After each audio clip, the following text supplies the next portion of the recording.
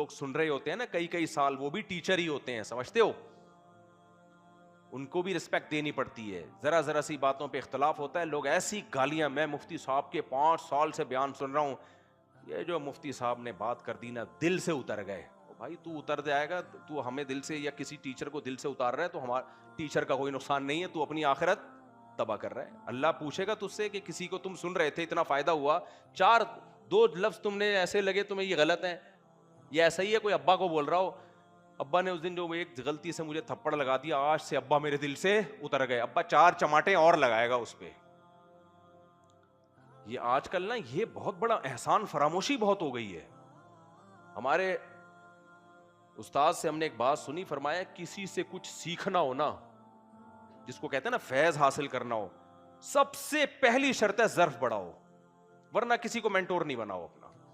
چھوٹے ظرف کے لوگ کبھی بھی کسی ایک جگہ نہیں ٹکتے.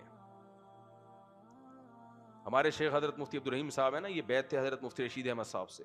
حضرت مفتی رشید احمد صاحب نے ان پہ بہت زیادہ ٹرسٹ کیا, اعتماد کیا.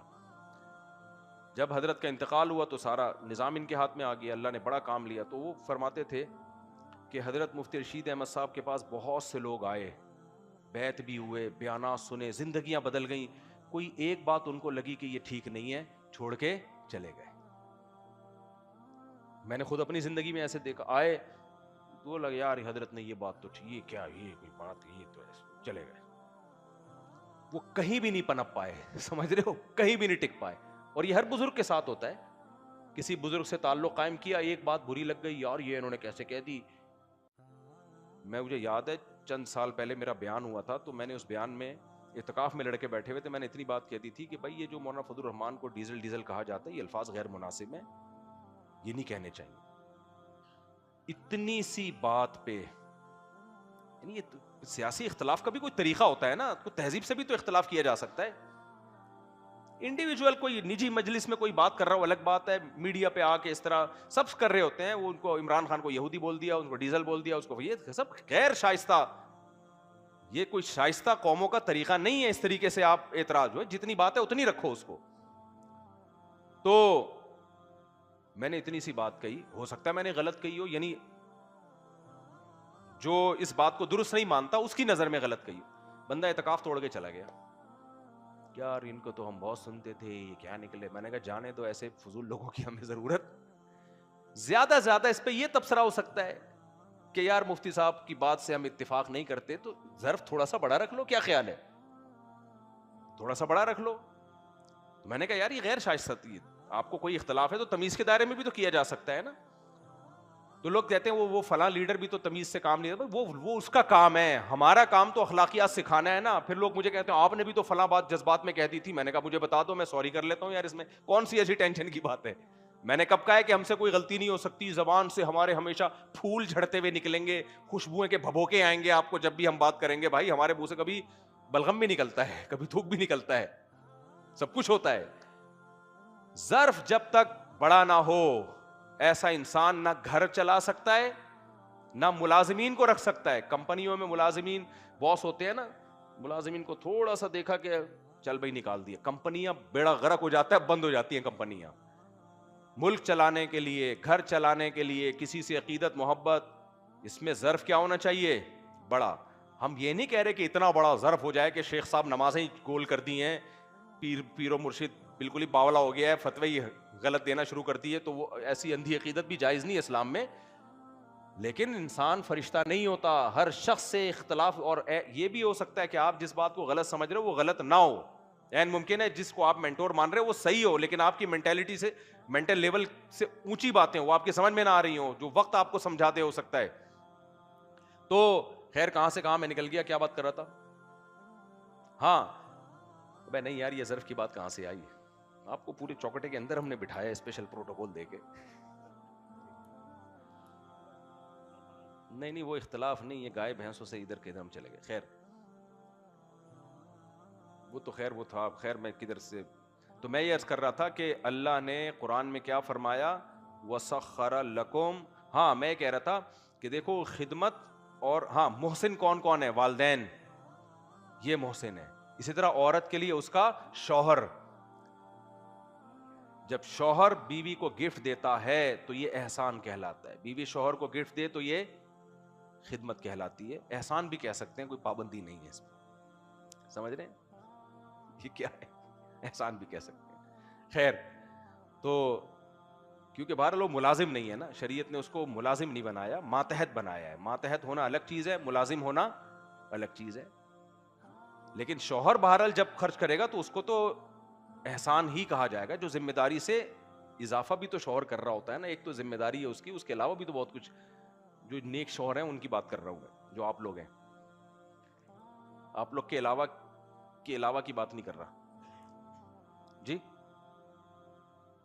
ہاں, میں بتا رہا تھا کہ لوط علیہ الصلوۃ والسلام نے اپنی قوم سے جو کہا نا, کہہ رہے تھے یہ کائنات ہمارے لیے بنی ہے, تو اس میں بھی یہی ہے کہ مرد اور عورت ایک دوسرے کے لیے, both are made for each other. سمجھ رہے ہو؟ تو یہ دور رہنے کے لیے نہیں بنے. ہاں, جب تک مرد نہیں بنا ہے, بچہ ہے. بچے تو نہ مرد ہوتے ہیں نہ عورت ہوتے ہیں, وہ تو کپڑوں سے پتہ چلتا ہے یہ لڑکا ہے یہ لڑکی ہے. سمجھ رہے ہو؟ ان میں جذبات تھوڑی ہوتے ہیں. بلوغت کے بعد آدمی بنتا ہے اور عورت بنتی ہے. نسوانی حسن عورت میں بالغ ہونے کے بعد آتا ہے, مرد میں مردانگی بالغ ہونے کے بعد آتی ہے. تو اب یہ ایک دوسرے سے الگ نہیں رہیں گے, اب ان کو نکاح کر کے رہنا ہے. اس لیے جو نکاح سے دور رہتے ہیں نا کہ ہم یہ جو ہے کچھ اللہ اس پہ زیادہ خوش ہو جائے گا, ہم عبادت زیادہ کر لیں گے, یہ بے وقوفوں والی سوچ ہے. اسلام کی یہ سوچ نہیں ہے, یہ احمقانہ قسم کی سوچ ہے. تو اللہ لوط علیہ السلام نے وَتَذَرُونَ مَا خَلَقَ لَكُمْ رَبُّكُمْ, تمہارے لیے اللہ نے عورت کو پیدا کیا, اس کو تم نے چھوڑ دیا ہے, نکاح نہیں کر رہے ہو. تو دونوں چیزیں ساتھ ساتھ چلائی ہیں, برائی سے بچنے کی بھی ترغیب اور نکاح کرنے کی بھی ترغیب. ہمارے ہاں ایک چیز پر عمل ہو رہا ہوتا ہے, برائیوں سے بچنے پہ بیانات تو بہت ہو رہے ہوتے ہیں. یہ مت فوش فلمیں بھی مت دیکھو, نہیں دیکھنا چاہیے, حرام ہے بھائی. بد نظری مت کرو, یہ نہیں کرو, وہ نہیں کرو. تو کیا کروں میں؟ پڑھائی مکمل کرو بیٹا, ہے پڑھائی مکمل کرو. تو یہ پڑھائی کی تکمیل یہ آلٹرنیٹ نہیں ہے. یہ ایسا ہی ایک آدمی بھوک سے بلبلا رہا ہے, کبھی ادھر سے روٹی چوری کر کے کھا رہا ہے, کبھی اس کے پراٹھے پہ نظر ڈال کے اس کو نظر لگا رہا ہے. بھوکے کے سامنے کبھی نہیں کھانا کھایا کرو, ایسے ندیدوں کی طرح دیکھ رہا ہوتا ہے, ندیدوں کی طرح. تو اب لوگ کہیں گے نا بھائی کیا ندیدوں کی طرح دیکھ رہا ہے یار, تو کہیں پھر کیا کروں؟ تو اصل حل کیا ہے یار, یا تو یہ پیسے لے, اس سے روٹی خرید کے کھا لے, یا تیرے پاس اگر پیسے پڑے ہیں تو اس سے خرید کے کھا لے, یا اس نیت سے پیسے کما لے کہ میں روٹی خرید سکوں. سمجھ رہے ہیں؟ یہ تین ہی آپشن ہے.